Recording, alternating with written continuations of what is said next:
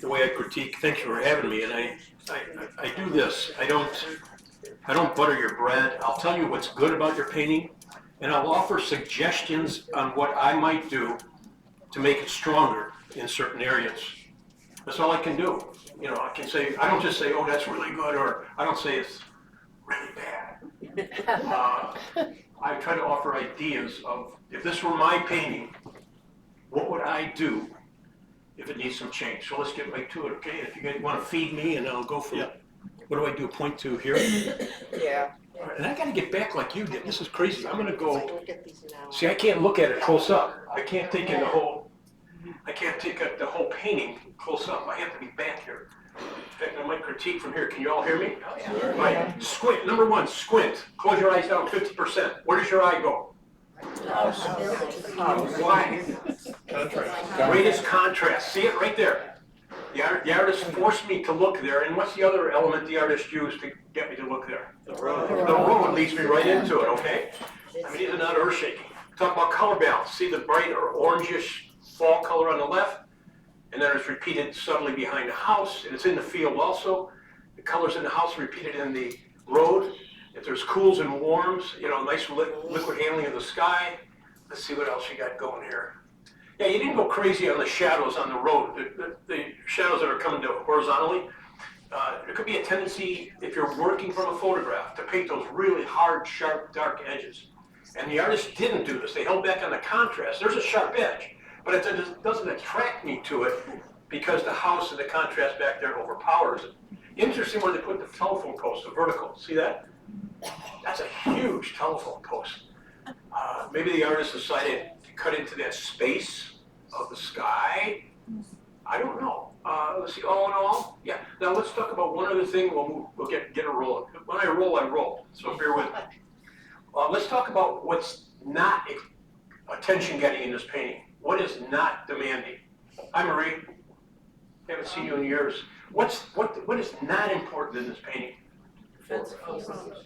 What? The fence posts. Fence posts and what else?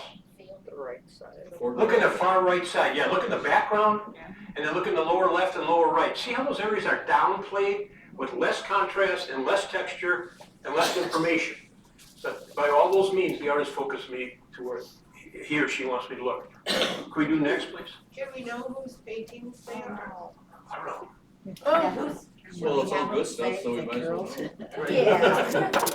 paintings? No, there's nothing I would just change, radically changing that. All right, Marshall Field downtown, small painting, nice painting. Was this plein air? We should know, we should know.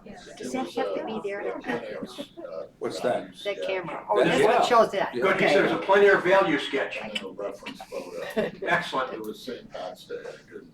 I couldn't, there's no way. You can't set up down. I'm just looking. You're right downtown I know where you are, but I'm looking exactly where you are here. Yeah, but I'm looking down at the L track there. I was looking across State Street. Okay, here's what I don't like about your painting. You thought I was always a nice guy, right? Here's what I would change. And I don't know what you do with you said this was a reference one. I don't like to continue the horizontal bars in the lower left. I don't like the repetitiveness, that pattern draws my eye down there, it draws my eye. So what would I do to still have that there, but not be that important? What would you do? Different suggestions, please. Gray it down. Gray it down, what else? Make a regular. Irregular. Make it irregular. Put some I was people gonna on it. say, area. Hi, Barb. Yeah, Oh. you need at least a wash on it to make it less contrasty, like the pavement to its right. It can't be that attention-getting, or you gotta break it up some. Put figures around it. Or a figure, yeah, anything. You see a vertical figure going back. If you put a figure going into the picture, Yeah. on that, it'll lead me into the picture and it'll break up that problem. I like that you have the guts to put that bright yellow slicker or whatever that is on that person, but the person's walking out of the picture, which I'm not thrilled about. The attention is put right to that edge, instead of having the figure further to our left. And look at the scale of the figures. There's one giant figure and there's a bunch. I understand perspective. I might downplay a little. Okay, you could argue, well, I put it yellow because of the Marshall Fields clock. You know, there's this big bronzy patina clock up there. Maybe it's a policeman with a yellow thing on so you can see him in the Yeah. street. Yellow what? He's He's got a directing yellow traffic. jacket on, policeman in the street. the placement of the figure in the side, it's this amount of yellow that's there. I don't mind if there's a figure there. I could have faced them the other way. I would, and draw my eye back into the picture look towards Marshall Fields, okay? And I would take a little, this is picky, no, I won't say it, I won't say it. No, go ahead, please. All right, because I overrode what I was thinking.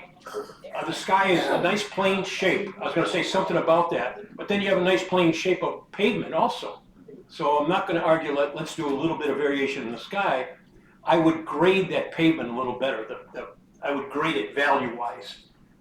Like lighter, darker, darker to lighter, a little stronger. Okay, next. Good composition though, tight, gutsy composition.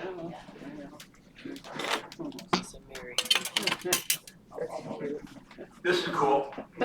Number one, composition, it grabs me right away, all right? It grabs me right away. How many of us would include most of the cab or 3/4 of the engine and all that, right? Yeah. You, me too, Christie. So, what's good and what's not? I would strengthen the values near, my eyes aren't real good. What does that say in the license? Pizza? Pizza. Well, No. I didn't want it to say anything. Oh, you didn't want to say anything? I Well, would make it a darker dark, right near the license plate, whatever that thing is. I would make it darker there to project. And I know I don't want all the attention here, but I have to make it a little darker. There's a real unusual coloration too in this painting. Composition is number one. The drawing is very good. What else would I do? Anything? I think you should separate, if I squint, you should separate the top of the cab from the background a little more. Yeah. It's too close, they're too similar in value and color. I like that you stepped out and gave me these bold greens and yellow greens, I like that. Now, could you reflect any more of that gold into the metal somewhere of the car? Okay, composition number one, and separate the cab and go a little darker around the license plate. Next. Well, this is fun. No, this is fun, because it's like my little babies. Would you like to sit right here? No, Okay. well, If you would, I can sit back there. actually, no, Lonnie, I'll tell you, because I have to see it from a distance. Okay. I can't, I mean, from right here, I see it, but I can't take it in. I mean, I want to see it like you see it when you approach a piece of artwork, which is from further away. I'd rather be away from it. Okay. All right.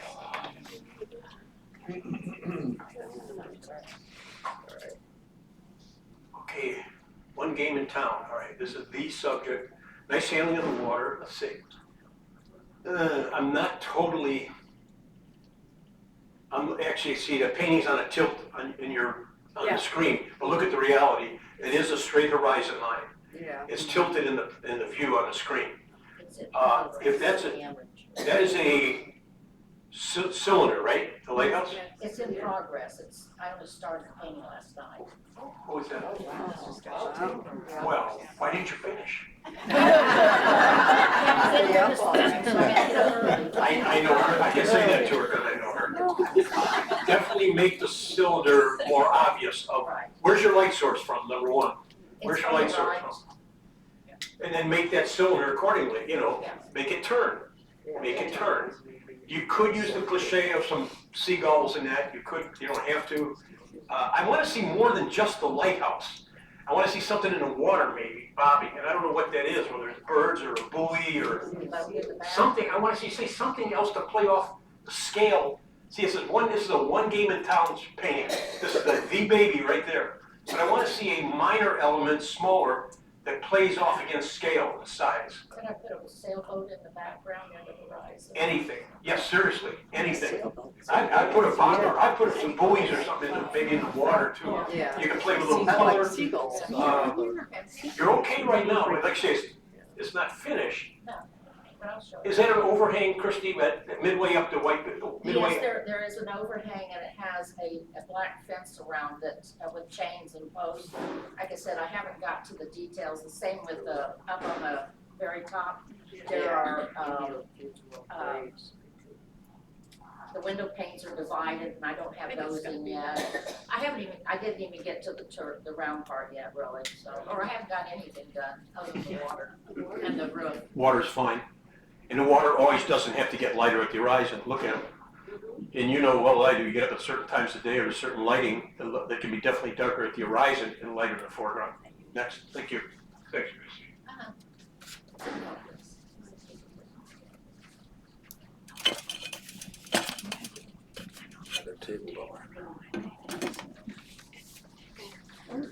Lay down at the chickens. Here again, well, you guys are strong in composition. This is the very first thing I see is the composition with the artist, how the artist chose to present. Strong diagonals. Now, here's your counter movement. See the diagonal of the fence? Now look at the big chicken. What is it doing? Coming down the other way like an X. Do you know what I'm trying to say? One movement this way, one movement from northwest to southeast. Then you have northeast to southwest. See the big movement? And where does it meet? Guess where it meets? Right at the chicken's colon. And that's where, same as the first painting. See where the greatest contrast is? Squint. Boom! Boom! Nice handling of the shadows on the foreground with the edges. Nice use of leaving that part of that ground lighter and playing with the lights of the chickens or hens back there. I'll get real fussy. You could do more with the roundness of the birds with value. I think it get up above there when it starts leaving from the bottom side upward. It's the pattern is there, but it's a little flat. I think you could subtly work in some washes that talk about the structure of the chickens, very subtly. Great composition, reversing. See a light mesh fence against the dark and dark fence against the light. Nice going. I like this painting, and there's a little touch of green, which is a complement of red up there. Cool. Let's go for it. Next. Whose painting is that? It's my sister's chickens. Has she seen that? Yeah, I gave her a different one. How neat.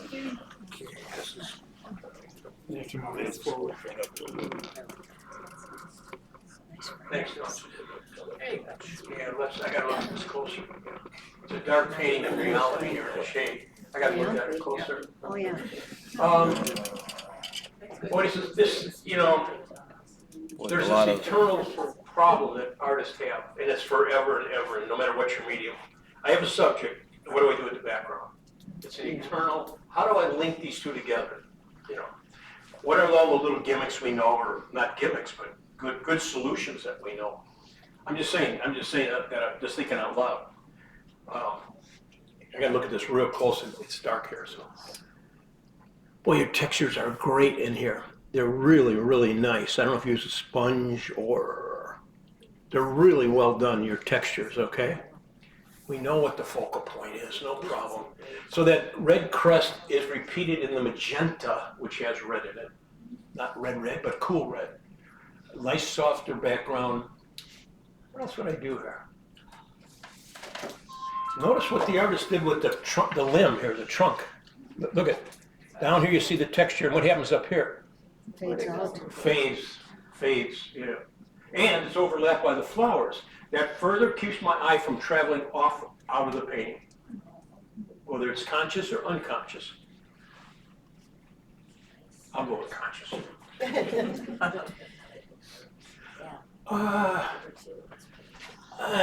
Again, I brought me in here for a reason. The staccato whites that are put in here, they're a little boring. And the same thing I said about the chickens, I would put a slight wash on some of the whites, like maybe here where the body turns, right here, the body turns under. I would knock these down a little bit. They look like they're kind of stuck on instead of being part of the anatomy of the feather shapes. And I'm getting real fussy here, so good painting.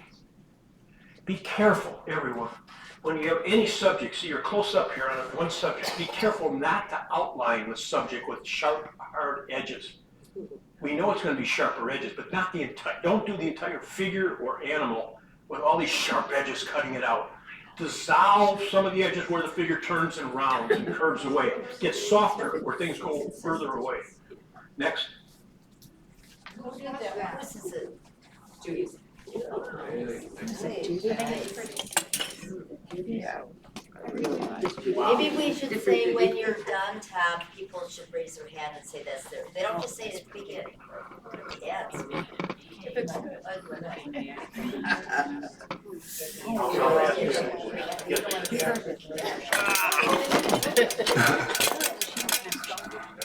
Tom's doing a great job. The colors on the screen are more intense, look at the reality. Yeah, aren't they? Yeah, they're bolder on the screen. Yeah, they are older on the It's screen. just the lighting. It's like it's Interesting. I don't know if this is intentional or not, but I'm looking at the zigzag zig here. I love that. I'm looking at the background, and I'm looking at this the street right here. See this here? Oh, yeah. And I'm looking at this kind of going zigzag. I don't know if that's intentional or not. Good handling on the soft edges back here. I like this idea that things merge together with sky and water. I like that you're playing around with a little more aqua here in the foreground. I would cut across. I think the weakness is in the subject and reflection. I think that's the weakest part of the painting. So what would I do? I would entertain people with putting something in the boat. Look at Winslow Homer's picture from Trausch, Maine, and up in Maine or Teignmouth, England. What he did with boats and people. I don't mean a storm or anything. I mean, what did he put into the boat or around the boat to tell you more? Or maybe it needs a little bit more interest to keep me in the painting besides just this dory or boat in the water. So what would it be? I would put something partly in the boat showing, I don't know what. I might put numbers or letters on the boat. I would. I'd have some fun with that with my daughter's name or something. I put her on a big painting. I had that big commission for the bank. And I put her on the second floor. No, I put her on the first floor, Camille's restaurant. You know, and then I put her dog down here. He was down there waiting for her. Yeah. There's other ones I won't tell you what I did. Barb? I think it's distracting or disturbing to see a boat without a person, without a line tying it to a mooring or something. Yeah, it's floating, Yeah, but maybe that's kind of a lonely story. I mean, That's a dream. you know, you could take a rope and take it off the bow. Yeah, part of it, and you can do it subtly. You know, loop it down and go off the painting to your right. You could. Okay. But this might be the isolation idea. It's not equally spaced from right to left. The thing I would do with the reflection is, I'm gonna say this once, it should be water first and then a reflection on the water. Follow me? Yeah. I want to feel a little more water there. You could glaze that reflection with a little blue. And of course you could do what most people would do, they would lift a little bit for little horizontal ripples, if you will, cutting across it very subtly. You could do it subtly. Your edge control is very good. Next, who did this? I did, Thank you. and it was sort of a state of grace, you know, just being in a point in my life where I didn't know where I was going or. It kind of shows that. I mean, meaning it's so that's fine to do that. Yep, a drift. Drift, exactly here. All right, look at this. Oh, wow. Yeah, this is entertaining, right? This is the problem I had with my plein air painting Friday. I didn't have enough contrast. You can have a lighter keyed subject or a middle value painting, which this is, but overall, if I squint, there's a lack of mid darks to darker darks. There's some there, but I feel I could set this subject off stronger by reducing the values elsewhere. Does that make sense? Because these shapes are wonderful. The interlocking shapes, the overlapping shapes, the colorful shapes, they're entertaining as anything. But I would push the values. Here's your strongest value here or by that doorway over there. What would I do? What would I do? I'm looking at the shutters against the wall, the value combination. What would you do? Any suggestions, anyone? I want to get more contrast. Marie? I think I darkened those sidewalks. I'm all for it. I'm all for contrast. Yes, I'm all for it. Seems to need more shadow. Yeah, the kites get lost because the value and the kites are so medium that, and I thought that was going to be the topic, but I look at like you said, shutters is what I'm looking at, the dark value versus the kites, but it's such a beautiful composition. I agree, perspective-wise. Yeah. Yeah, warmth in the upper right. You have a triangle of warmth in the upper right, a peach color. Now, why the heck can I do that in the lower left? Why can't I'm covering the lower left gray wall. Why can't I need contrast. You got the contrast in the windows in the windows. I got it. But outside of that, where do I go? Marie said the sidewalk. I want to do something with that building that the shutters are on. And I'm not convinced with, I'd probably be better with that warm than cool. That's a gray cool. I would put that warmer color over that. And I don't have a good answer for you, but I will try to find contrast, and I don't know where else to go. It's just kind of letting me down in the sense of your subject is great, but I need more outside of the subject of value. That's all I have. I can't give you any more. Good drawing. Next. Chickens. We had chickens and birds. Who did that? I'm supposed to ask who did that. I did that, and that's why I brought it, because I had the same, my own critique of it was that it was just too medium tone, and where do I put the contrast, and you didn't help me much. No, I didn't.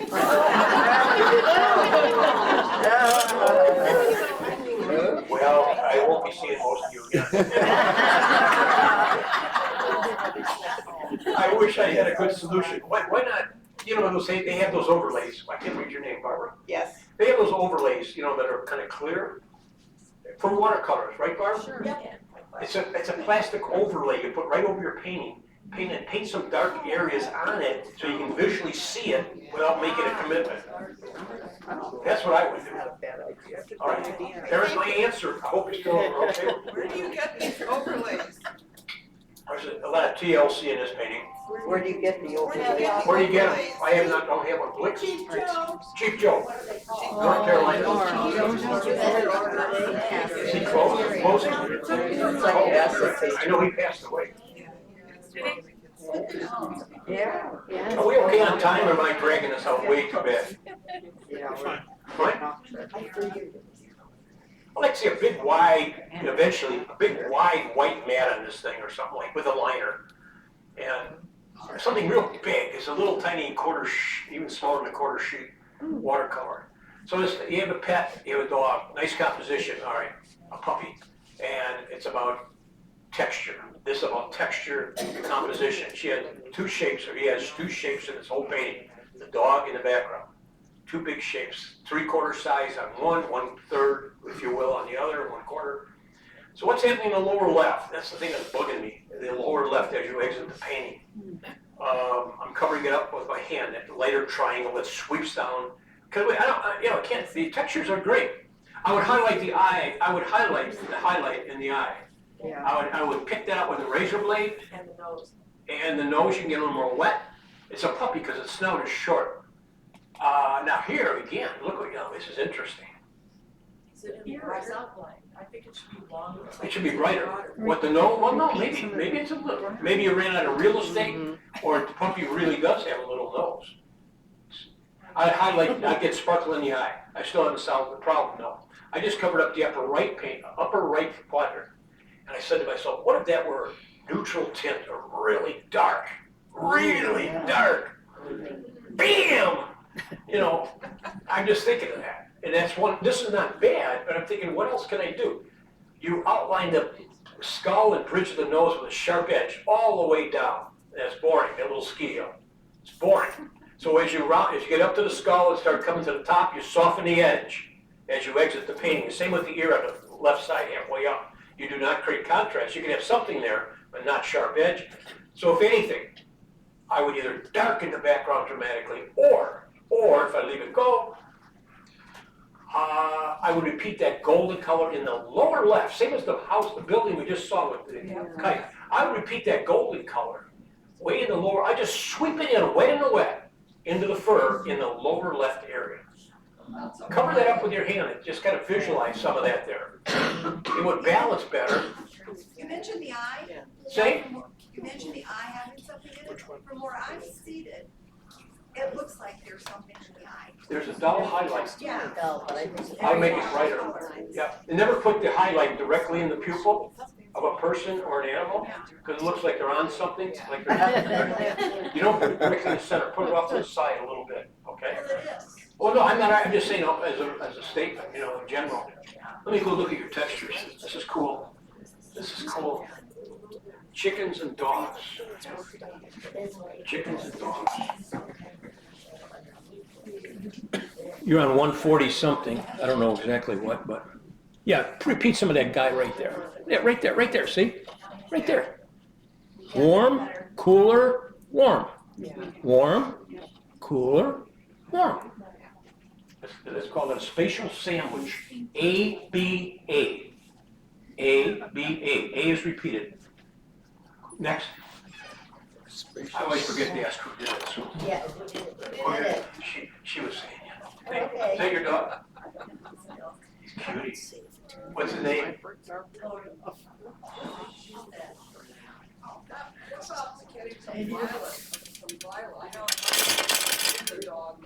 No, that's good. It's a compliment of yellow. That would work. That would work. I think you need more. Oh boy, what's the excuse me, Angie or Ann? Judy, what's the subject here? Is it? I mean, what's the reason? What is the reason for the painting? It's a coat. Because I like it. What is the reason for the painting? Because I liked it. Because I like it. Okay, okay. You presented this pot, you know, with flowers, okay, and Right. railing and all that. Oh, man, let me think. I'm just a beginner. That's okay. No, it's good. Hey, Your lines No, are no, really no, good on no, this. no.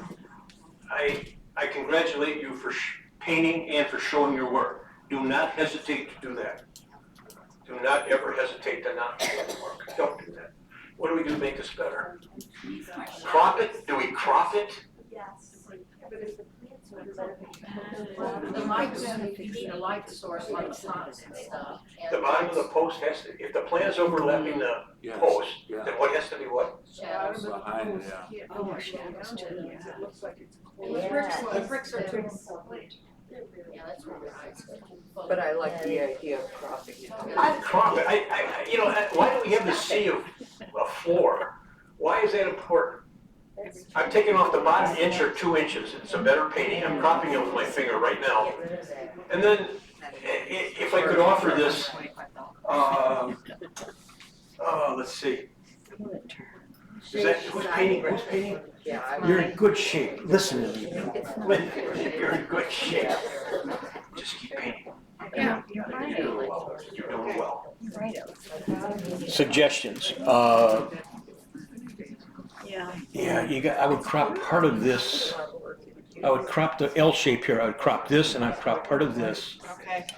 Maybe work with your shadows a little stronger. You got the idea, but a little stronger. Okay. What's your perspective you're drawing here? I know this goes this way and then it goes this way. Right. And what happens, check your perspective. And what that means is all these go uphill right here. See, they go uphill. Yeah. They can't. Your eye level will be a straight line. Your eye level will be a line parallel to this or this. This goes uphill slightly, so your eye level when you took the picture was somewhere up in here, if not right here. So these, anything above this, these can't keep going uphill. They have to come back down. These come up to your eye level, and these will come down slightly to your eye level. Okay. They can't all vanish this way. Cropping would be the biggest thing. Your textures are wonderful. Your textures are wonderful in repeating the blue and the blue purple in the plant. Okay, next, please. Keep painting. No, just keep painting. It takes guts to show. You know, you got to show your stuff, and never be afraid of defeat. Never. All of us get it. Wow. Hey. Thanks, Tom. I thought it was on thicker paper. Can you all see that? It's pretty close. Yeah, you got 99%, really, right there. So what can we learn from this painting? Get out of your way. I can learn to get out of your way. What can we learn from this painting? Anyone have She likes her cat. I'm going to ask you what the title is. She likes her cat. What can we learn? Anything? Oh, really nice shadows on the material. Yes. Some of it's. The fabric, yes, that's what she's saying. Look at the colors in the cat. See what the artist did in the white? Repeated the blue in the white. See it?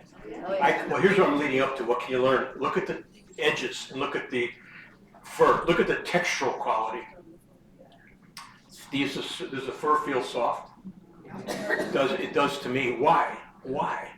It has to do with edges.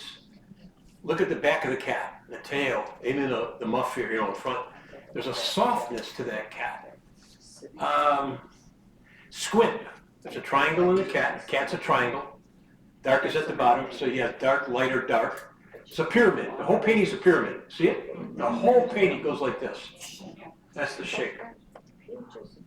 Apex, right where you want it. So again, that's the eternal question. What do I do with my background? Let's say I painted the material, I painted the cat, painted for it. What do I do with my background? I think it's a good solution. I'm okay with that completely.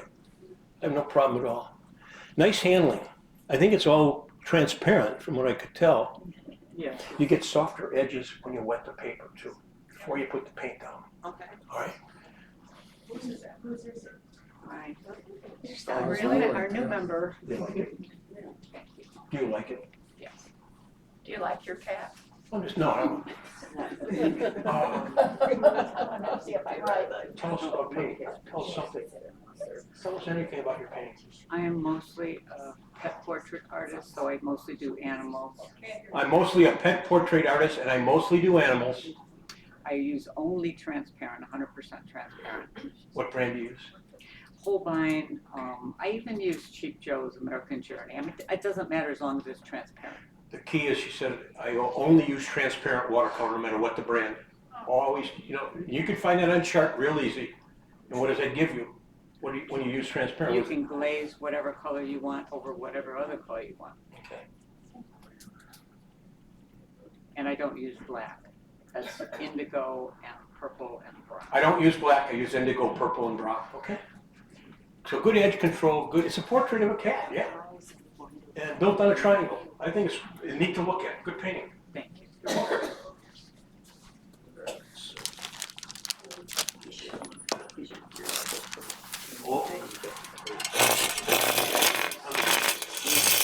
Uncurl, unfurl it.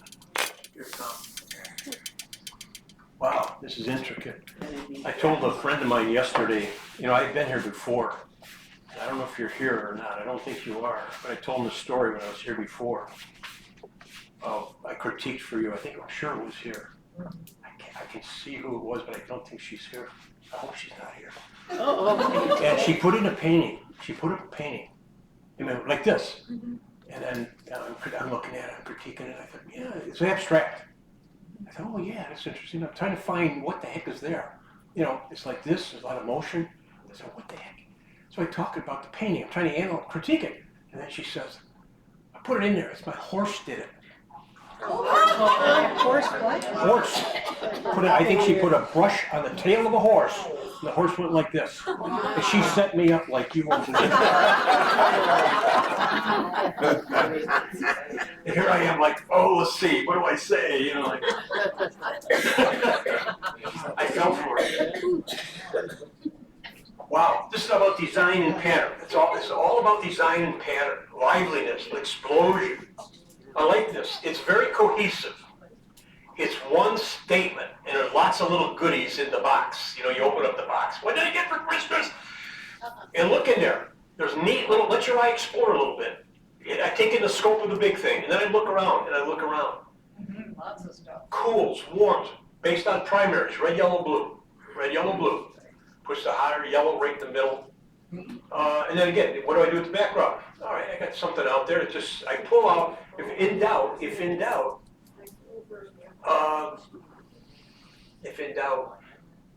use some of the colors, no matter what kind of painting or anything you're doing.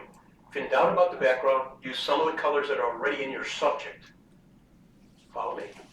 In some form. In other words, if she put green in there, or he put green in this painting in the background, it'd be like, what are you doing?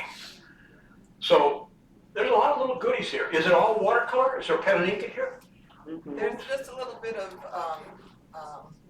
what do they call that stuff? Bleed white, whatever that's. Okay. No bleed white, she said a little bit of that.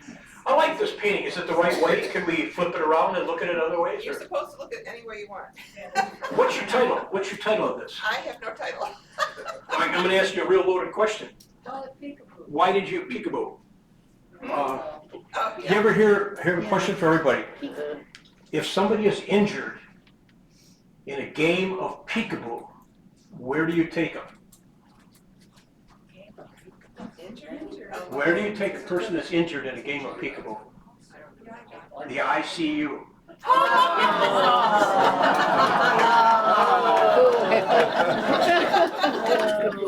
That's from my wife.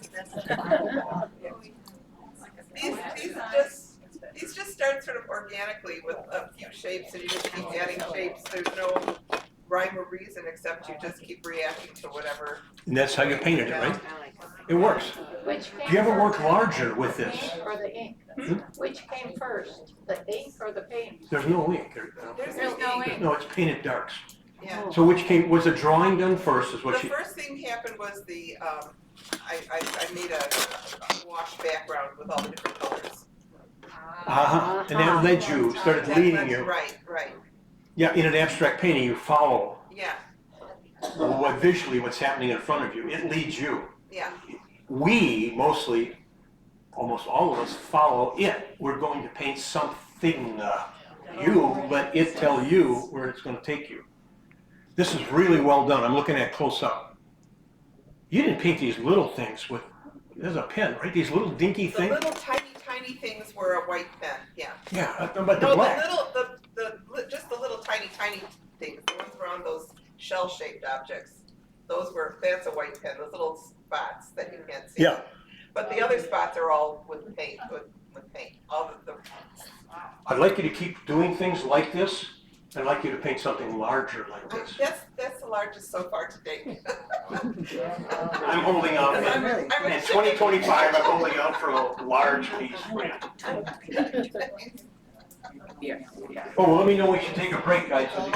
Another 5 or 10 minutes. All Yeah, right, you're okay. we still have a lot to go through. Yeah, I gotta hustle. I gotta Maybe move. get halfway through and then take a break. I'm not halfway. No, I gotta move. Watercolor, the medium of watercolor. Thanks, Tom. Medium of watercolor. God bless you.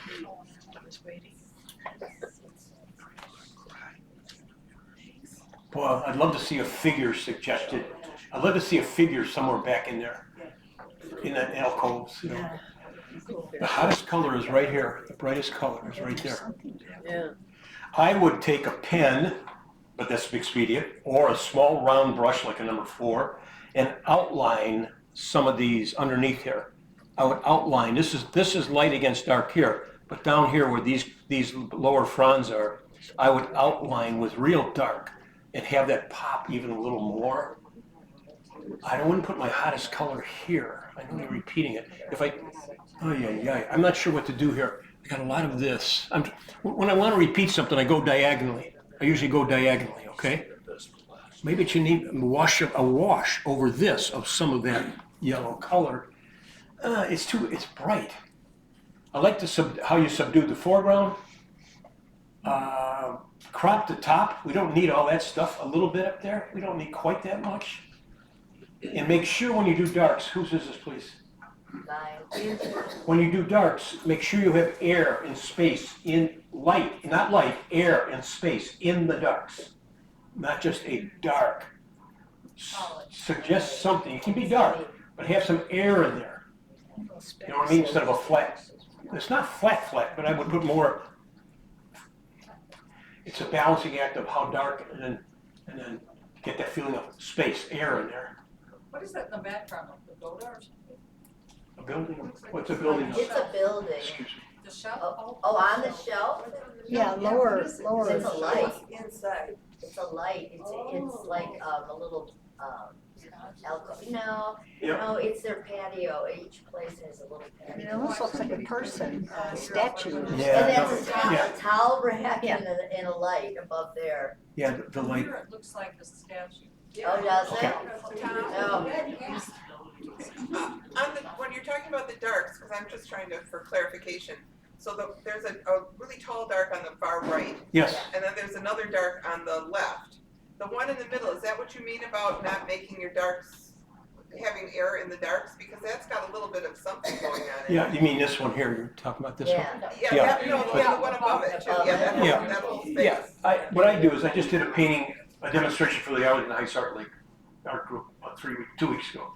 And I had this woman outside by a barn, and that barn door, big barn door was open, and then she's carrying buckets and stuff. And inside you look and there's this big dark. So what I did, I made it dark, and then I lifted some things like ropes and other little things, suggestions of something in that dark space, but not to call attention. So I cut into it, but it didn't be specific. Okay, thank you.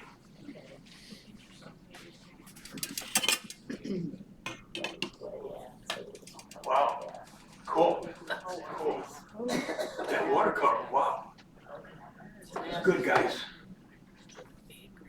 Wow, hang on, I gotta look at it because it's in such dark light. It almost looks, it looks like a pastel. It does. That's what it is. It's not a pastel. No?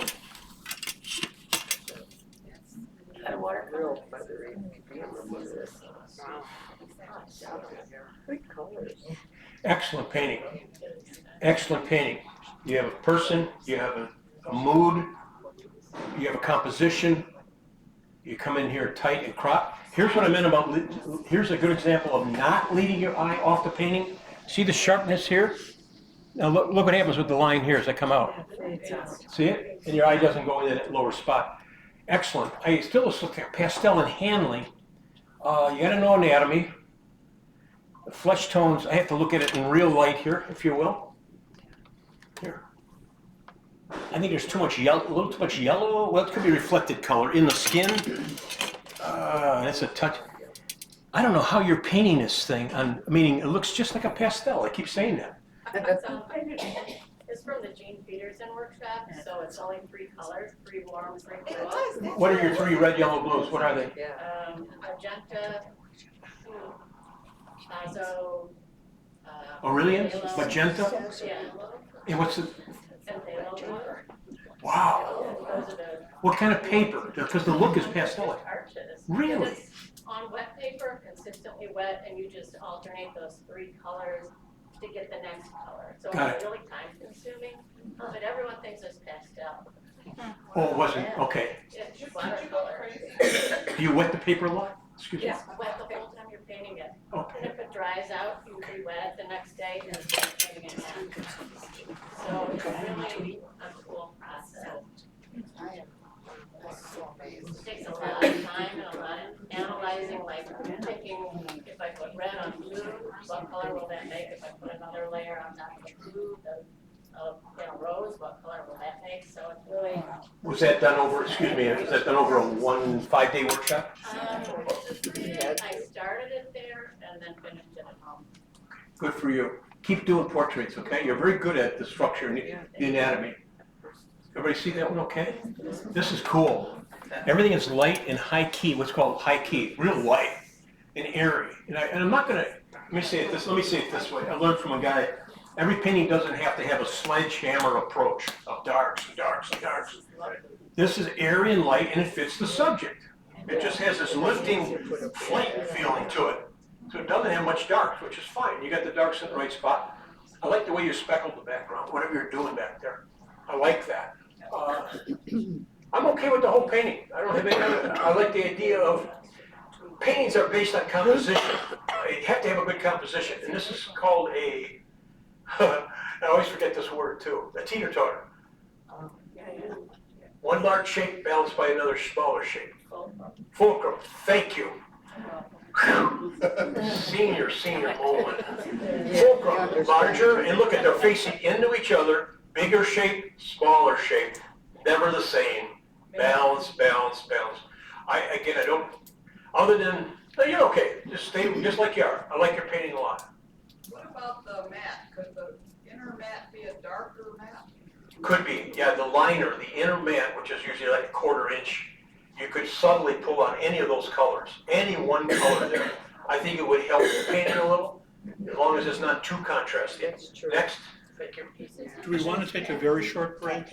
Usually we do it about 10:30, or we want to keep going.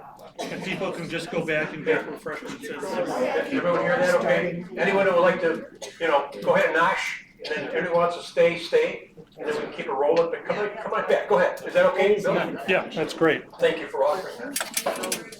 No, just some water, maybe, if you can find some water. Well, I know where this is, I've never been there, but I know where it is. Okay, I've never been there.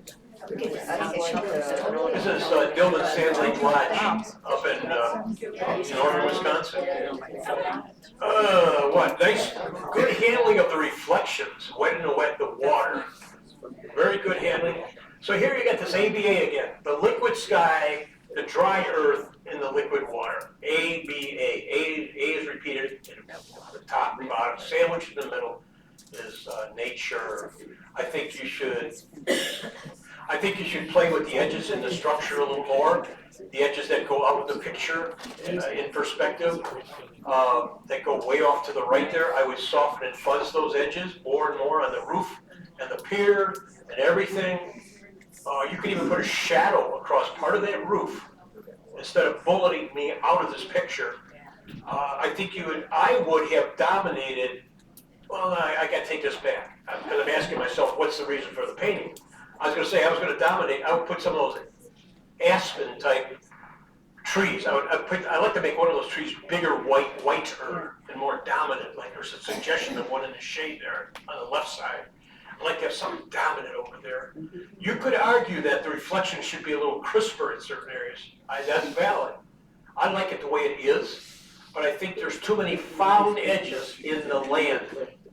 Look at those trees that are up on the hillside there. There's 3 and 1. They should be a little more out of focus, They're too sharp for that distance.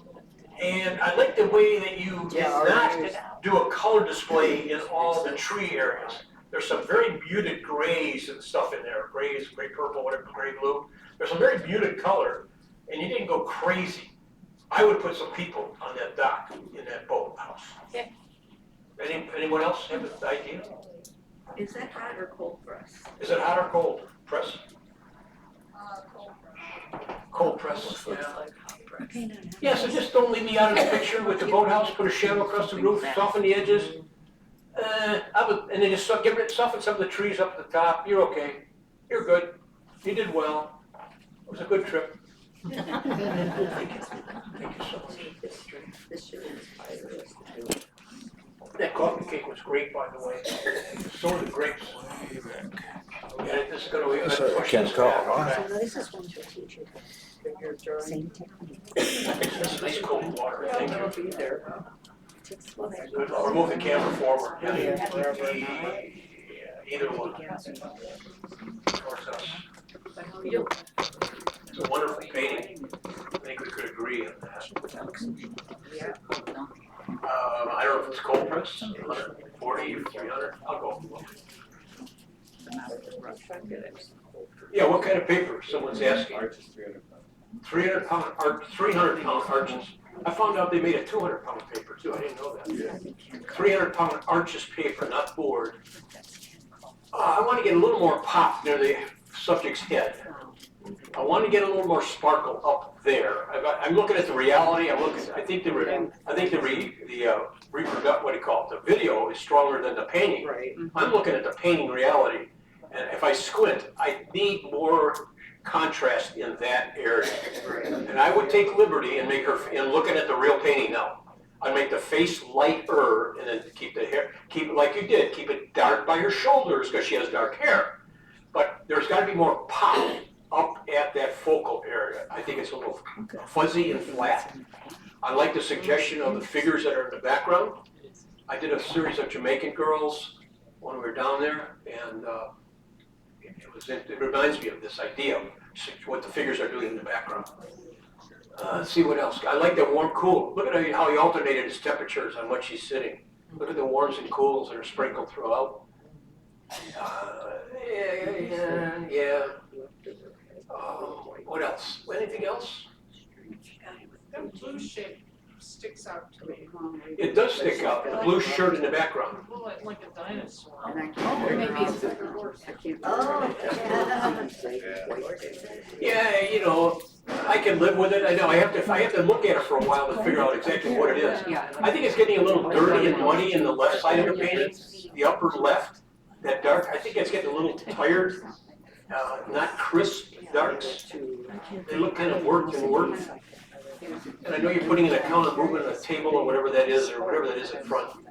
But the biggest thing is I need more pop at the focal point, more contrast. And no matter what the photo says, I make that contrast. I make it because it needs it. I like your diagonal movement and where things converge. See where the lines converge near her on the couch? All right, next please. Who's that? Somebody here? yes. Thank you. Good. I was getting about 75% done, so I came back to the beginning, and now I gotta like try to balance everything. You do a lot of figures, don't you? Where?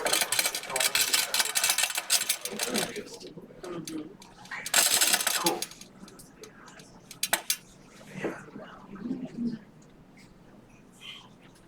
Yeah, those like photographic, right? I'm sitting here like, is that a watercolor?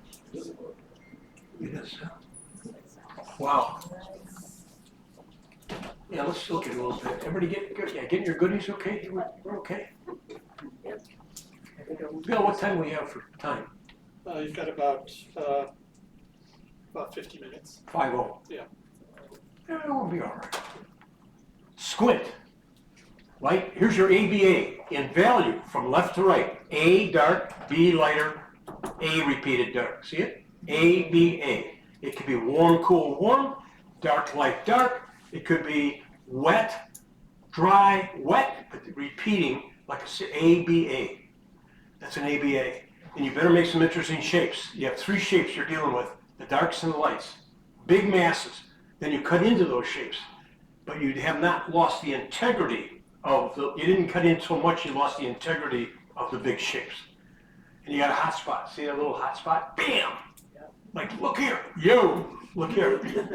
Red, yellow, blue. Red, yellow, blue. That burnt sienna, ochreish stuff. Let's see, look close. I keep looking at that thing over there. It's right here. Cool. I like this. I like this. In closer inspection, yeah. I'm thinking of Thomas Schaller. Thomas Schaller does this wonderful paintings of things like this. Schaller, Thomas Schaller, New York.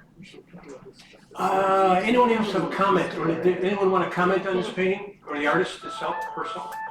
Anyone? Be bigger. Bigger? I would like this bigger. Yeah. How big?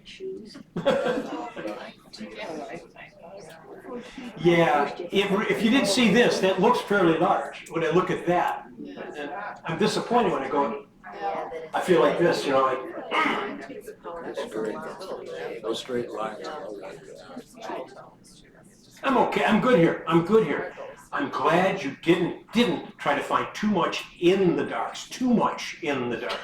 It's a progression of lost, partly found, found. See it? Yep. Stepping right down like that. Lost, partly found, found. It's a perfect progression. Leading your eye down the tunnel. Next. Good work. Larger, yes. Who is this? You gotta be happy. Are you happy? I was, the only thing that bothered me a little bit when I finished it was the water.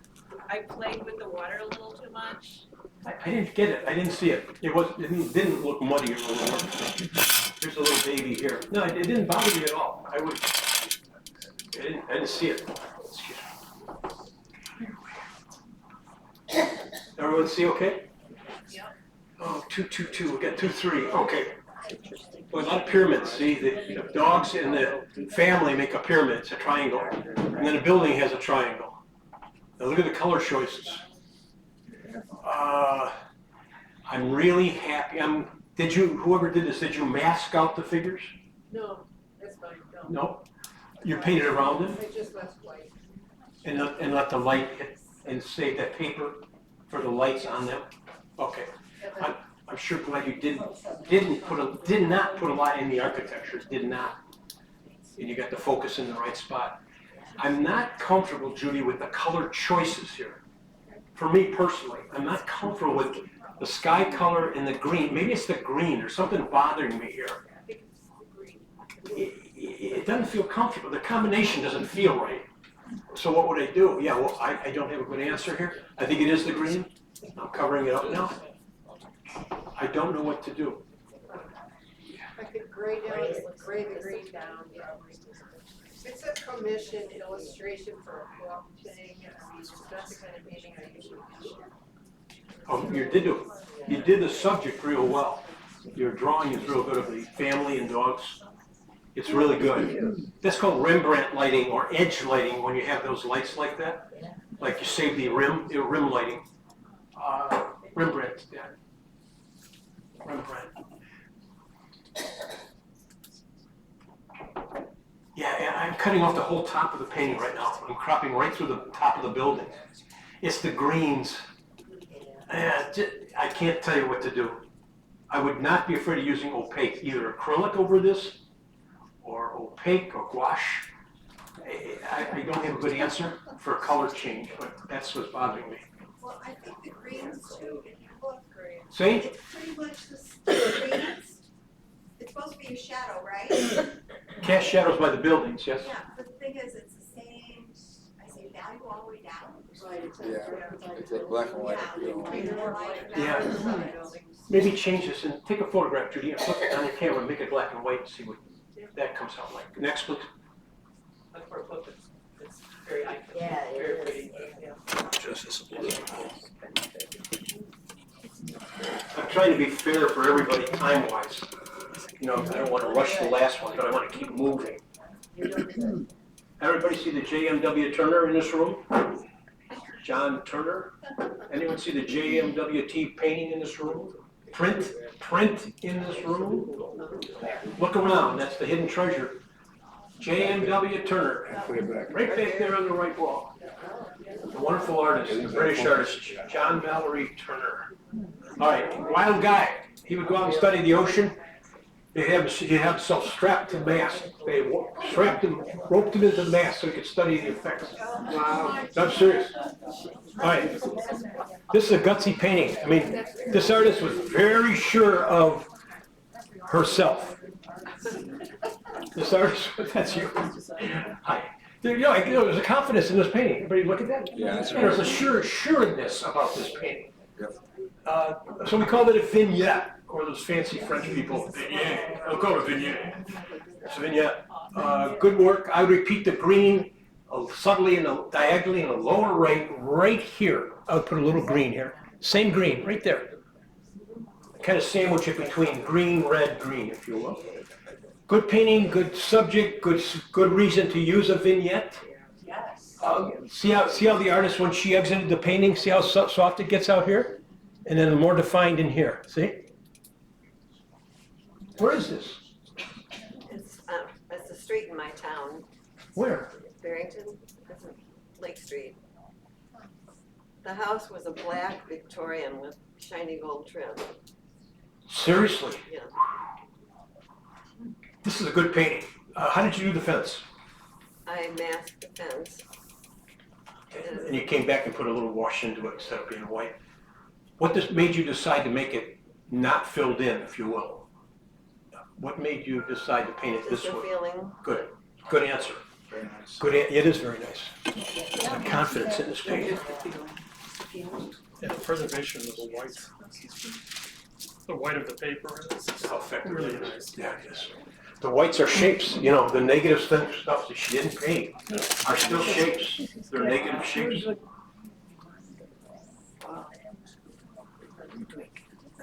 Good old Mies, yeah. Boy, I like this idea of how you presented all this. This is interesting, this whole concept. Oh, man, let's see. I'm looking at the anatomy. I'm looking at this, how you built the structure. And then I'm looking at the paint quality. In reality, his suit jacket here is much denser in reality than it is even there. So I take my clue from there, meaning I would lift very subtly. I would lift in my actual painting very subtly. I would spray it and then lift a little bit where the lapels might be or something, very subtly, because that looks better than this here. This is dense over here, very heavy, dense. Skin color. Good old niece. If you're ever in doubt, I just taught a workshop a week ago, last Sunday, over in Winnetka. Putting lights, putting people into your paintings. We did all with flesh tones. I love to do people. If you go to my website, I love to do people. I like to do people in watercolor, figures and people. But mixing flesh color, I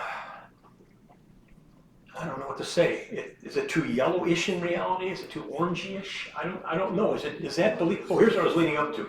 Whenever in doubt, a lot of flesh color, your flesh color. Mix your own flesh color. Put your hand down on a piece of paper and mix on a white piece of paper and mix the color. Just mix the colors you see here, flip it over and mix this.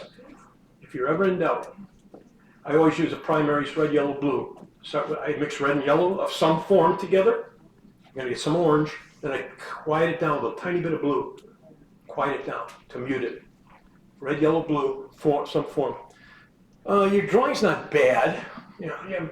I'm glad you didn't leave the whites of the eye white. You did not, which I like. I like the lower lip, the way it catches the light. The overall tonation, though, I don't know what I would change it to. Is it too ochreish, is what I'm asking? Is it okay? Does it read okay? Then we're okay. See? On the real one, it looks okay from here. Okay, On cool. the actual That's all that matters. Yeah, that's all I'm saying, is the drawing is good. And the flesh colors. Thank you. When you mix flesh color, the most important thing to remember is don't judge it when it's wet. Do not judge it when it's wet. Let it dry, and that's going to tell you a big difference, in a big world of difference. You think, oh, it's too bold, when it's wet. You watch how it dries, and it's not going to be as sparkly, powerful as when it's wet. So overmix it is what I'm saying. There's a little baby, a little jewel. See? I'm good. I'm good. Somebody, we talked about putting a liner on something before, remember? In one painting, should we put a liner on? Was it the birds, the swans? Yeah. And look, here's the use of a liner with the frame. The stream, the creek, the water, from bottom to top or top to bottom. We're okay in the shape, but it gets more intense. It's intense. Well, it could be darker in the foreground, which it is, and it's lighter in the middle where the sun is, and darker again. Boy, you have a lot of information where that cruciform is, where those trees cross. I mean, that's an important spot when you cross with a tangent like that. You're okay. You're okay. Your composition is cool. You're dealing with a lot of complements here of oranges and red, or oranges and blues, and some green. I don't have anything else. I mean, as long as the water, I don't know if it's moving water. I think it is. I think you're okay. I don't have anything else, guys. Anyone have a thought, or the artist have a thought? Who are you? Who's the artist? Who's the artist? Kathy. It's perfect. Kathy, any thoughts on your painting? Like where the cross is, where it's like. Well, it was taken from color, and color was not as intense as this one. So I did have problems with the water in the back. So I changed it so that you could actually see it back there. It was a lot darker. Oh, I'm glad you did what you did. It was the water gets way up the back there. No, you're fine. You're fine. Some artists, you could argue, Kathy, you could put a little reflected color from the foliage into the water. You could reflect some of that color into the water, even if it's moving. You still could have a little tie-in of the warmth reflected in the water surface. Boy, this is a tough one to look at here. I like this. Oh, you guys paint too small. I was going to say, Kathy, paint larger. Reflections. Paint a little larger. I did, well, I have some bigger things. Yeah. I mean, but don't be afraid to paint large. Invest time. Can anyone see that? This is a tough one, guys, to see. I believe you're using saran wrap or, what's the other one? You're pressing, right? Am I right? Are you using that for texture?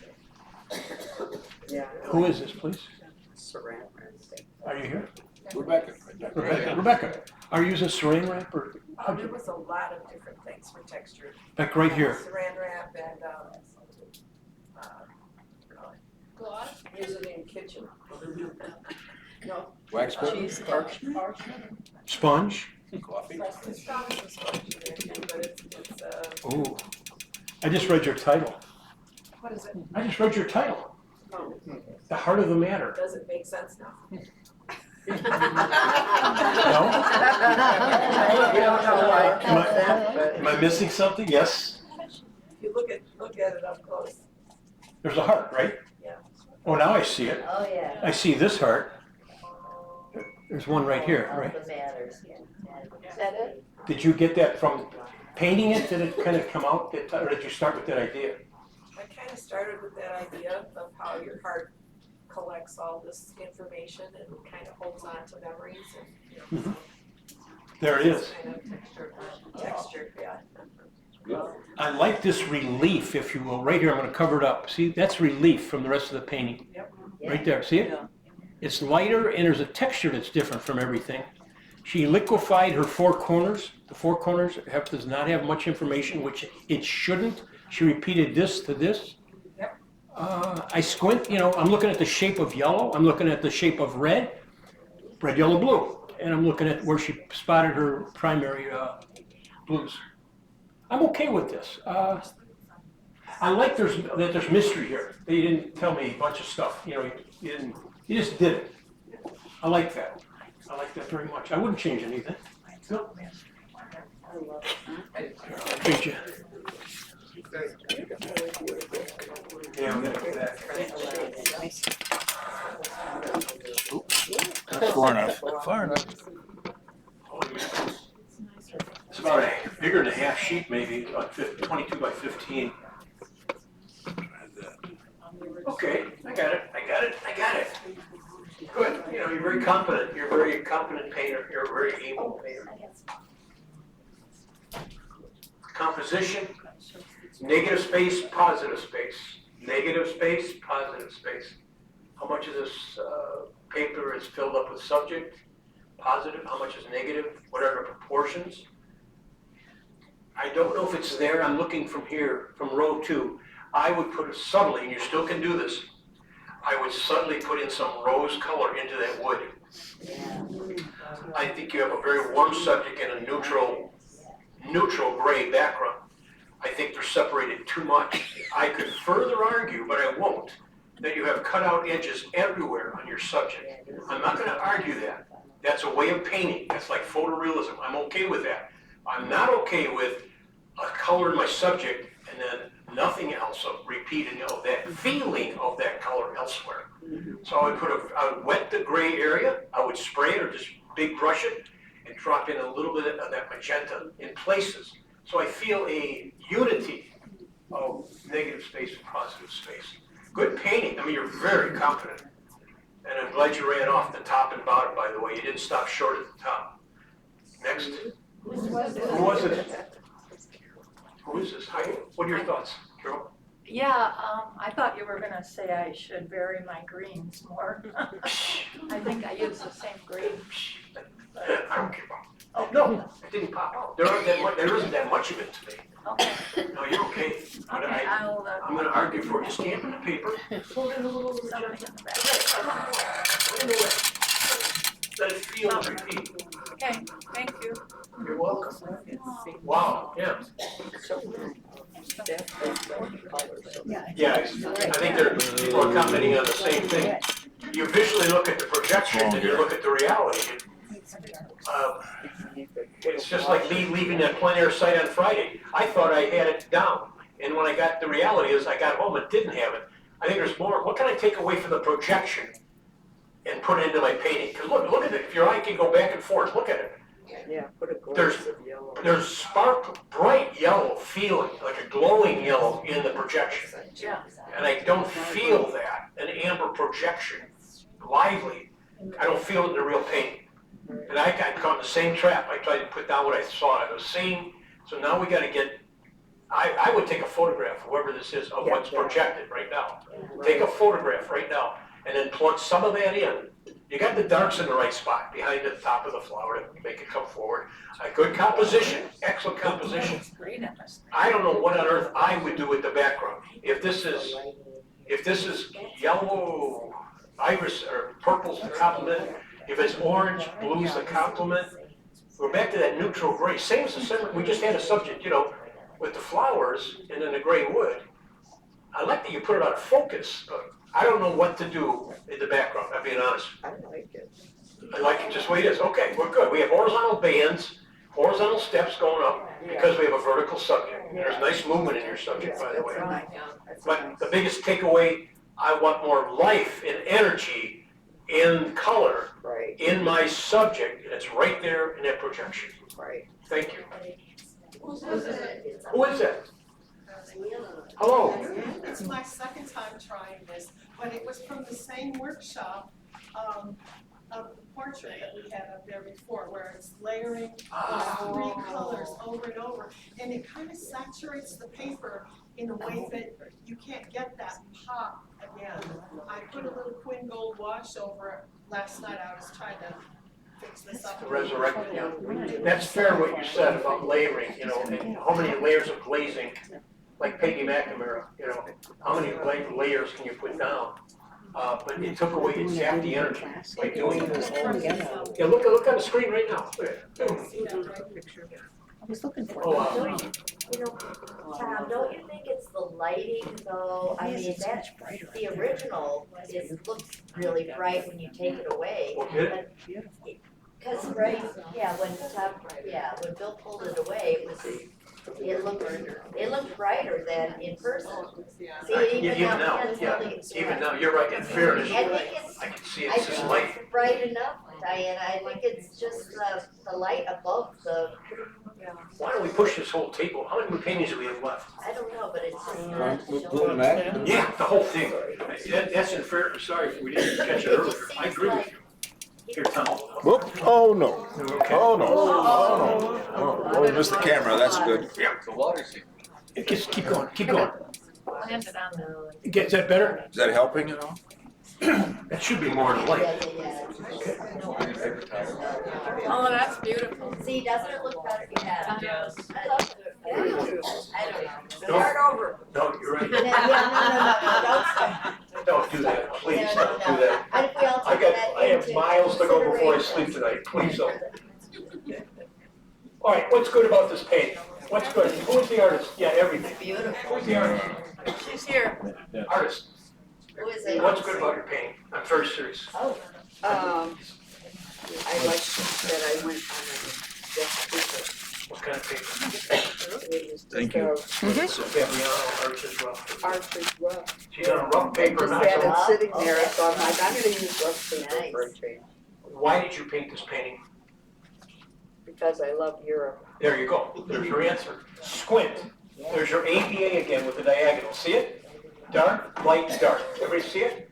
Or she has a U-shaped dark. I just painted a painting from the Botanic Gardens, a fall scene.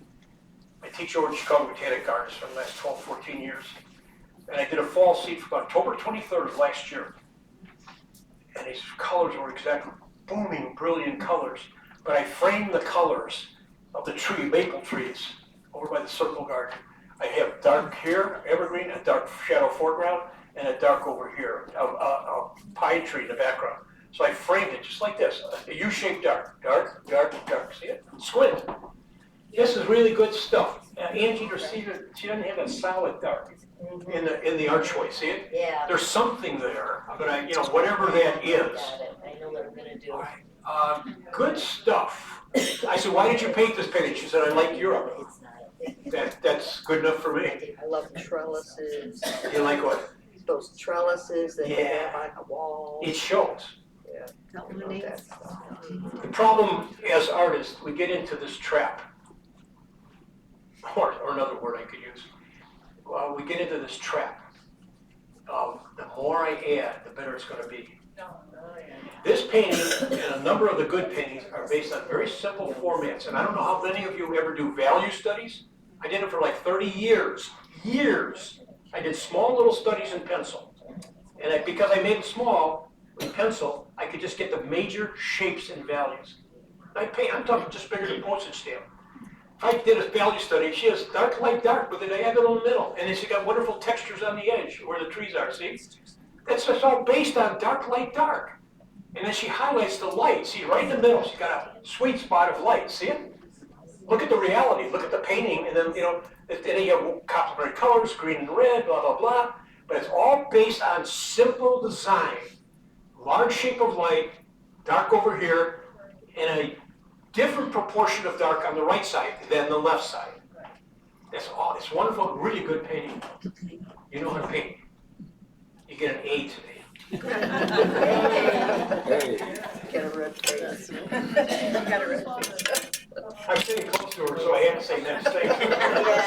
Bam! What's the painter's name? What's the painter's name? Noreen. Noreen? This is neat. It's a really nice painting. I love this. I love this painting too. Yeah. Who said that? Okay, Carol? Why do we love this painting? Somebody said I love this painting. She did. Why do we love this painting? You. No? Oh, I heard it. I heard it say it. Just the lines are just so beautifully done. The garden. I like the contrast in The texture. number one quality of this painting is light Value. and freshness. Feel how freshness feels? Yeah. There is nothing overworked and belabored. Plenty of darks. See, balancing of lights, squint, look where the darks are. Dark at the top, middle value layer, dark right at the base there by the water. Then there's another dark ovoid island shape. Then there's lights going doom, doom, doom. It's basically staggering. Dark, light, dark, light, dark, light. Follow your steps down. Dark, light, squint. Dark, light, dark, light. And you have your verticals. And you have your color pumped into these. Are they egrets? I'm not sure, birds. Yeah. All right, good. It didn't go crazy. I mean, you didn't go crazy with the background. You have layers here. You have depth created by edges and neutral color and lack of information back there, which you want. Then you have information where you want it. Let me go look real close up. I'm back to that thing of if you have a white subject, like the water tower, one of the first paintings we saw, lighthouse, like the lighthouse, put a little color into the white of what's around it. So I'm looking, the birds are cool, but I'm looking at, do we throw a little reflected color in there? I would just take liberty, great texture back here. I would take liberty, I'll put a little warmth of this here. I would just wet it and just float a tiny bit of warmth into my cool subject, because they are all cool. White is your coldest color, blue, cold. I would echo this warm, either that, not the yellow or gold, I would take that and just put a tiny bit in there. Very subtle, it'll still be cool and blue. Thank you. That's a really good painting. Who was this again? Who? That's really good. Are you happy with it? That's all, guys, thanks. That's good stuff. This is gonna be a difficult one, Tom. When I look at it, it looks like the rockish foreground is the center of interest. The rock was? Yeah, it seemed to have more detail in it. Maybe too And much? And the birds are almost just, Floating by? Just they're not of paramount they interest? didn't seem as important as the. So maybe we should put more feather or wings things or a little more delineation in the birds? That's probably more Fair. the image, the real painting isn't quite like that. On the screen. Fair. Yeah. Everybody, glance up at this one. Bill, how many do we have left, just so I kind of know? About 8. 8. Oh, we got a half hour almost. Yeah. 20 minutes. Okay. Interesting. Number one is the format. It's about a 2.5, 3-to-1 ratio. It's what, I like that. And you got the subject right in this. I'm laughing because I'm eating breakfast this morning and looking out my window, there's a rabbit right outside my window this morning. And he wasn't afraid, he came right up by the window and he's eating dandelions. Stalks, he's helping me out with my dandelions. But this, I mean, I'm looking at this. Silhouette, I like the way you handle your sky. See, there's warmth in that sky also. If you look carefully, there's warmth. Look right behind that rabbit. Yeah, it's not all blue variations, and there's blue repeated in the shadows in the foreground. Now let's look at the texture. Good silhouette of the rabbit, good drawing. Yeah, you scraped out a lot, or you did a lot of negative painting. This is fine. I can't read your name. I'm trying to read your name. Renee? Renee? Is that you, Renee? Right behind you. Oh, Renee, right there. Yeah. Nice. I love your Is glasses. that your rabbit? Is that your rabbit? Your buddy? Why did you paint it this way? I just like the lines going that direction, and then the rabbits. Good choice. Good choice. Good texture. Yeah. See. I actually have to Okay, that makes sense. Is it on hot? Back to the frame. Is this on hot press? No. What kind of paper do you call? It looks kind of hot press-ish, which is smooth. I like your painting a lot that you still gave me some air down here. See this paper exposed down here. Instead of all ending up with all dense and all weight down here, all dark. Good work. Good work. You should be happy.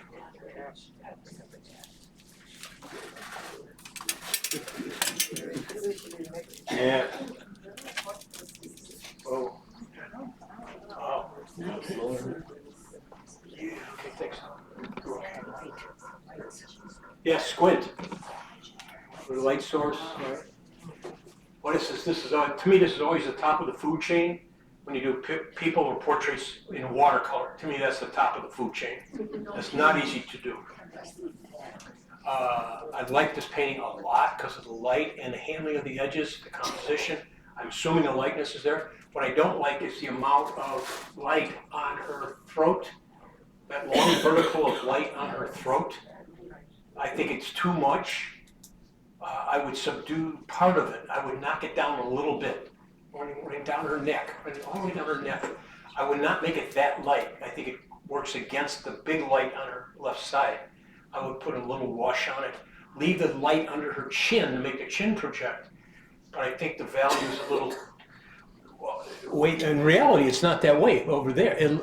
The projection looks too light. This is better in reality. Let's see what else. I don't think the shadows from the chair would match up like that, would they? I don't know. The shadows of the chair, you mean on her shoulder? Yeah. Would they be? It's side lighting. This is all side lighting. Half the subject's almost offset a little bit, I think. He's talking about the shadows cast by the chair. I don't know. Barbara, what do you think? I did a lot of changing on this, especially she was wearing a black shirt because she was coming for work. So, on the back I have the color variations that I had to copy. Oh, wow. Gee, talk about doing your homework, see? Those little studies, sure. This might be a good learning thing here, okay? Here's her studies, obviously. Look at, yeah, she had a black shirt. Okay. Yep, all right. Yeah, I know you like to do people, you do them quite well. I'm glad you didn't put her in black. I mean, there's no reason, unless she's, in part of her job thing where she has to be, there's more life and energy in this white. I don't have anything else, Mark. The hair, you didn't go overboard on the hair, strands of hair. The softness, one thing you gotta remember when you do people is keep the hairline soft. This hair that's going out of your scalp. So many artists make that hard edge right there. But because of this, see sharp edge here, it really the darkness here talks about the light, where the beaming light. The reality is better than the projection in this case. That's more washed out than this here. There's a lot more subtlety in this painting, value-wise, right in here than I see up there. It is her, it is she, yes? You're good? It looks like her? We're good. 140 cold press? Yeah.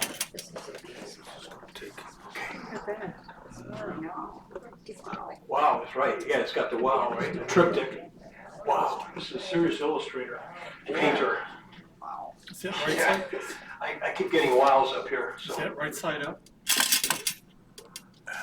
I don't know. Yeah, I can't see the tree grows in that like No, that, yeah. well, no. It might go the other way.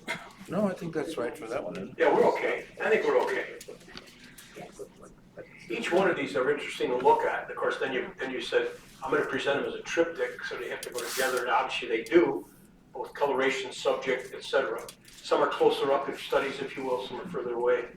Simple background. I like this very much. Is it all watercolor, please? Is there pen and ink, sir? Watercolor? Pen and ink and watercolor. Pen and ink and watercolor. What do you use, microns? What kind of pens do you use? Rapidograph. Rapidograph? Okay. Good. Are you a illustrator artist? No, just the obvious. This is, oh, You're not. you missed your calling, sir. I take pictures of deformed trees and stuff like that. Sure. And I just think they look like sculptures, and on the back I have the pictures that I took, and, you know. Oh, yeah, you should see these. I just interpret them, but I did a lot of those, and that's, Oh, yeah. it's fun. Oh, wow. You've got something very unique going. I'm being honest with you. Your work stands out in a good way, sir. I give you a lot of applause, and I mean it sincerely. You've got a very unique style, and it's very strong, and it's a very noticeable, it stands out in a very good way. Continue to explore, whether it's people, whether it's trees or people, or I don't care what you paint. I think you'll approach it the same way. You have a unique way of seeing, you have a great compositional sense here, and a great idea, a great balance of shape-wise. Look at the shapes here. He's got fussy little shapes and texture. See him look at certain places that he has big shapes elsewhere. And what are your thoughts on that? On composition or texture, balance? What are your thoughts? Well, for me, I look at it and I try to figure out how it's gonna fit together, how I can illustrate it so the colors and the shapes work with one another. It's, you know, I play around with it. Sometimes I do some sketches. Most of the time I just sit down. Freelance it, huh? Just keep going. Yeah.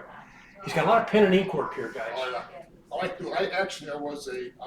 was an engineer for years, and I did pen and ink graphic.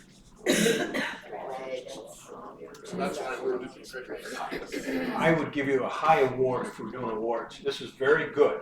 Not because it's different, because it's good and different. It's wonderful. What's your name? Russ. Russ, just keep doing this. Just keep doing this. I'm impressed.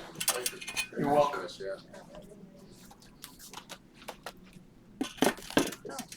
Yeah, I know exactly where you are here. She's at the Botanic Gardens. He or she. That's sort of subject. Look at now. Here's the how do I balance my subject with the environment? So I restrain my environment. I don't keep it as bold or bright or edgewise.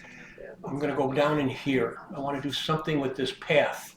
I like the idea you go from warm to cool, but I would raise these up here a little more, right here. I would raise these foreground things to overlap part of the painting, to connect this with this, and to not see as much. I won't go down this line, this diagonal, by overriding it with some of the texture here, okay? Keep this all right. So that begs the question. I think this is spelled out well, but that also begs, look at this, guys. Look at this arch right here. It mimics the umbrella, see it? All right, what I would do with this amount of finish in the top half, I would put a little more strength of finish edgewise down in here. It's a little too big of a jump from lost to found. I need a little bit more found here. Because this is always going to dominate the top. Yeah, I don't want, this is not important, yet I keep reading, my eye reads this constantly. And I put water on the bottom edge and let it bleed a little and let some of this come across. Next. Good work. Who is this? That's Bill. Who? Bill.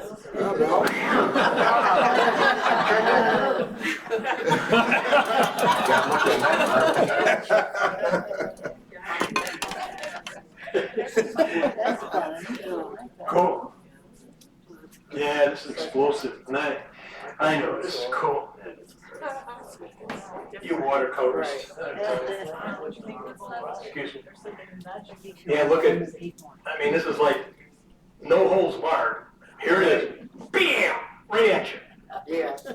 I mean, sometimes in paintings we whisper. Sometimes we go bam. And sometimes you go in between. Depends on subject, depends on your personality and how you see things and want to paint things. This has me like, bam, look at me, look at me. I'm real happy with your painting. I like the way things emanate from that central, like rays, bam. Yeah. It's pivotal. Everything radiates. This is one-point composition. Everything is radiating from this boat, tugboat, whatever. And I like the distortion of your boat a lot. I like the way you saw it. And you said, I see it this way and I paint it this way. I like this painting a lot. It's Reminds me of Rotinda Das's things, very geometric. yes, sir. All, there's no holding back here. See the yellow repeats? You got green repeats, yellow repeats, you got the burnt sienna repeat, and the purples, etc. Good work, and a nice use of leaving the white paper white there. Who's that? Oh, Marie. What was this? I don't know. It was probably done around 2000 in breeds. And I Like was that. going through all my old paintings. Right. And that's what the one you saw before was mine with the angle technique, the buildings. Oh, that was yours. Okay, I didn't know. I didn't know you could have more than one. All these old paintings, and I can't remember. Even 20 years ago. It's a good painting, Marie, no matter when it was done. Next. We're getting there, guys, don't worry. If we don't get out of here in time, you have to open an account upstairs. Wow. Really got washed out. Yeah. Oh, gee, this is cool. I mean, the more I look at it, I see things here, like, wow. Yeah, look at those whiskers. Entertain me, entertain me. Who did this? Oh, wow. So back there, I did not read this from back there, this. I didn't read that initially. I read that. I didn't read this. Wow. See the big triangle? All right.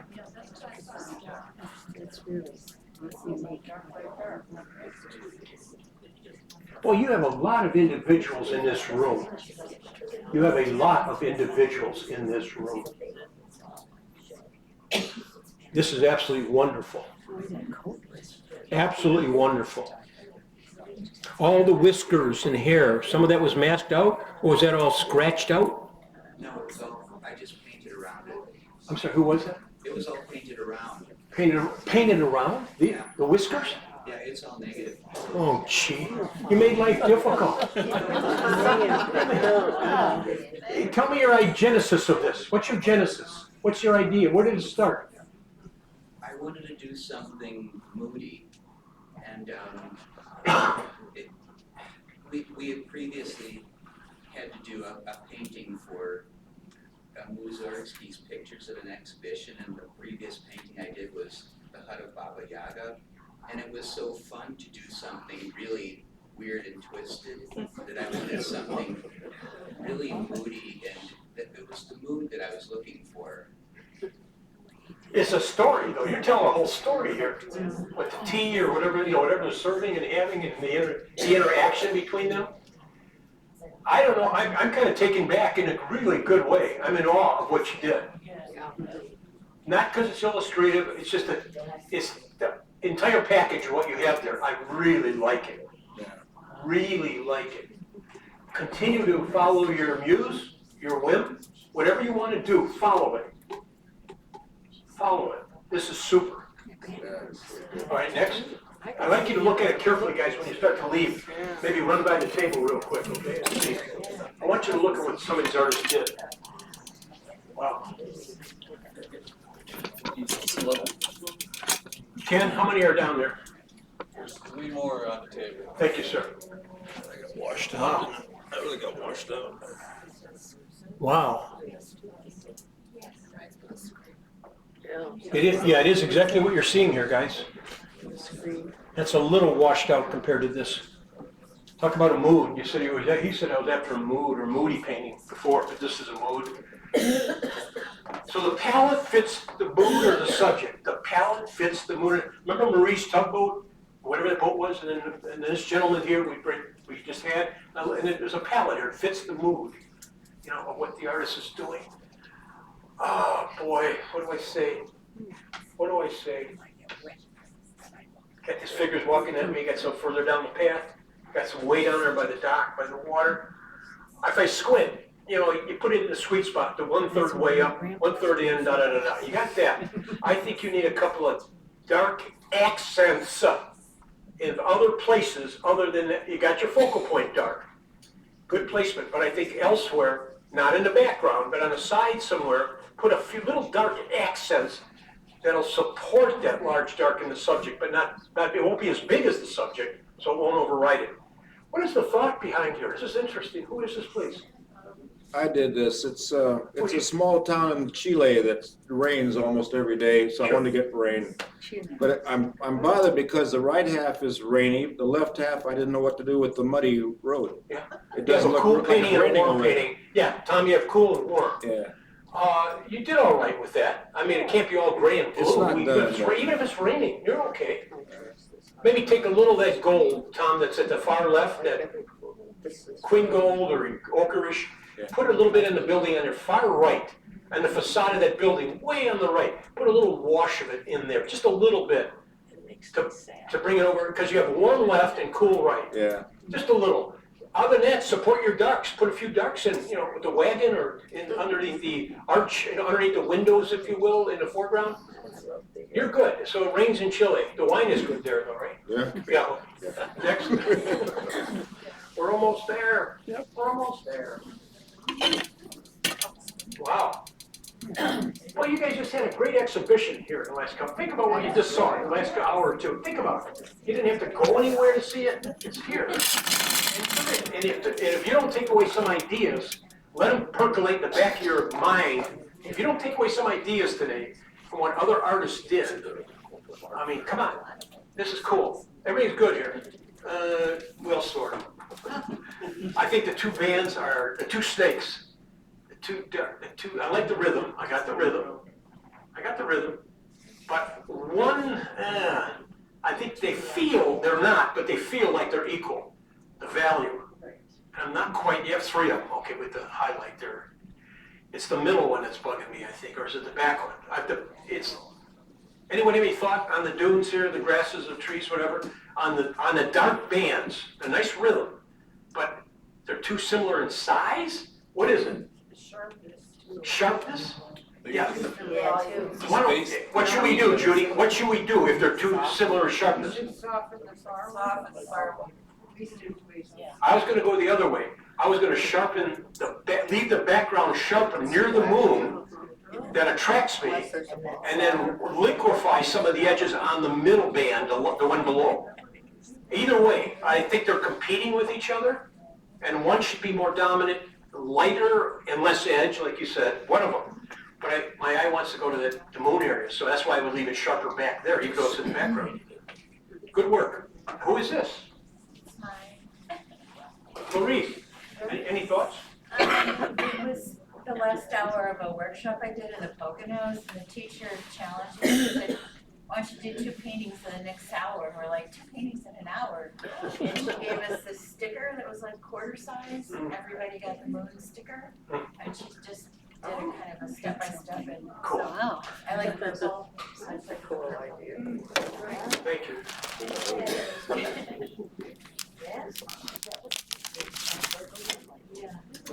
Can everyone see okay? Yeah. Yeah, this is cool. It's upside down. Wow.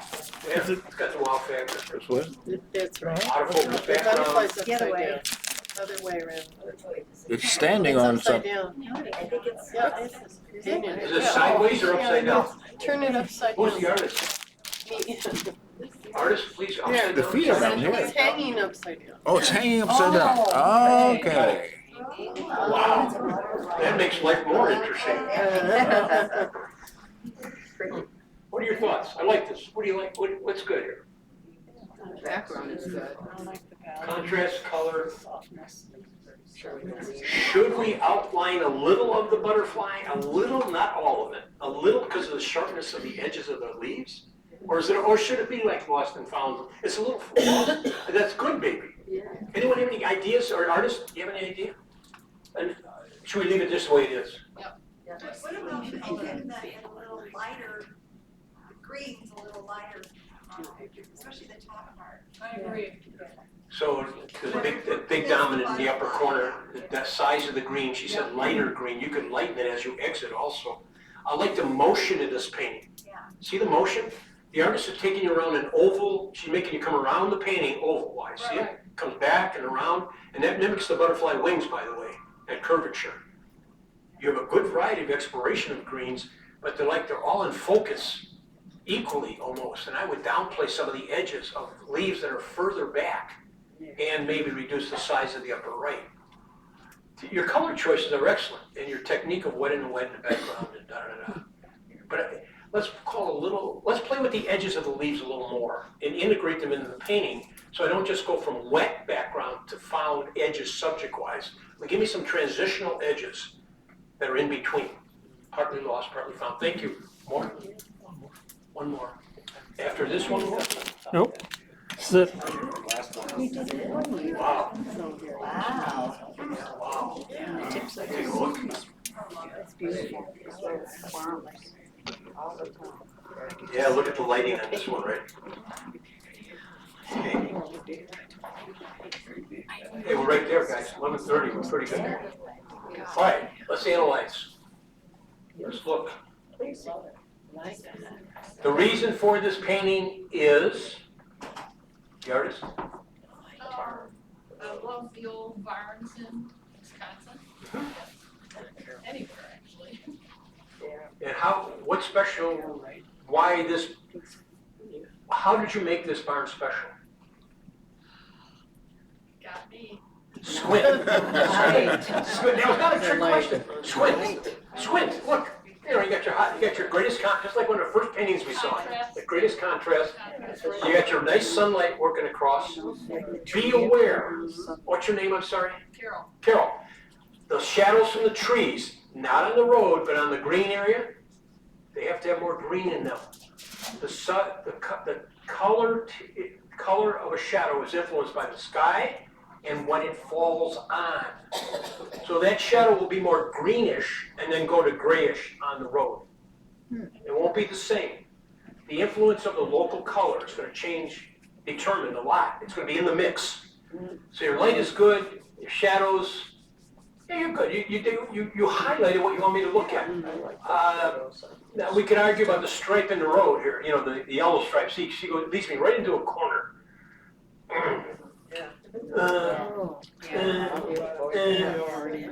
1 point perspective, let's see, what would I do?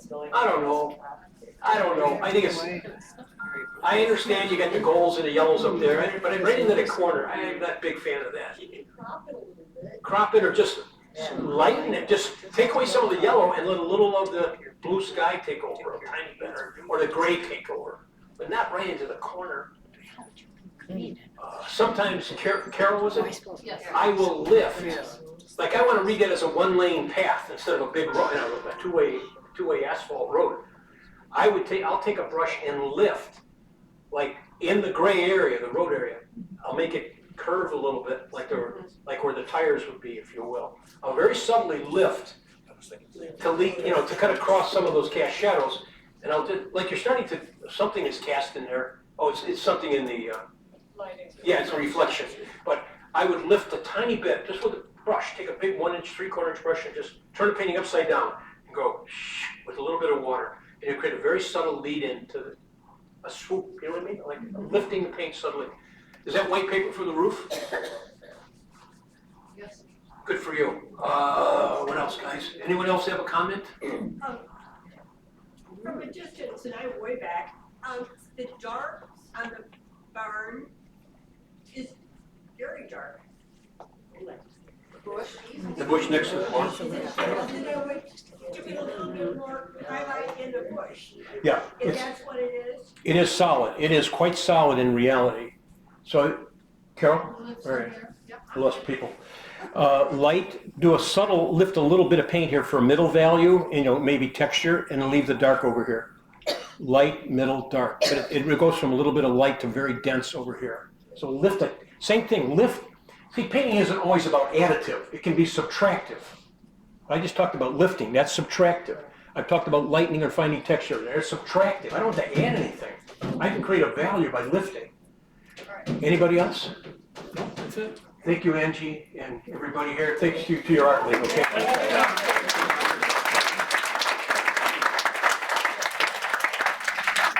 Thank you, Tom. You're welcome, my pleasure. My pleasure. As you know, we don't